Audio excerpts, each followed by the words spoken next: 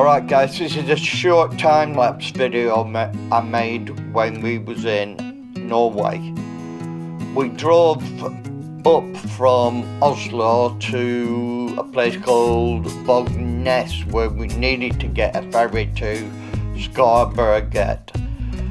Unfortunately that ferry wasn't running, they was redoing the ferry terminal.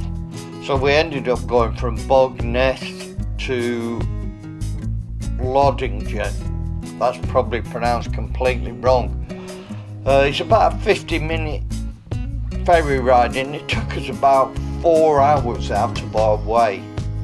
But it turned out to be a great ferry ride even though it was in a snowstorm. So anyway, if you like this clip, go and check out my main channel where you can see the whole trip we did to Norway.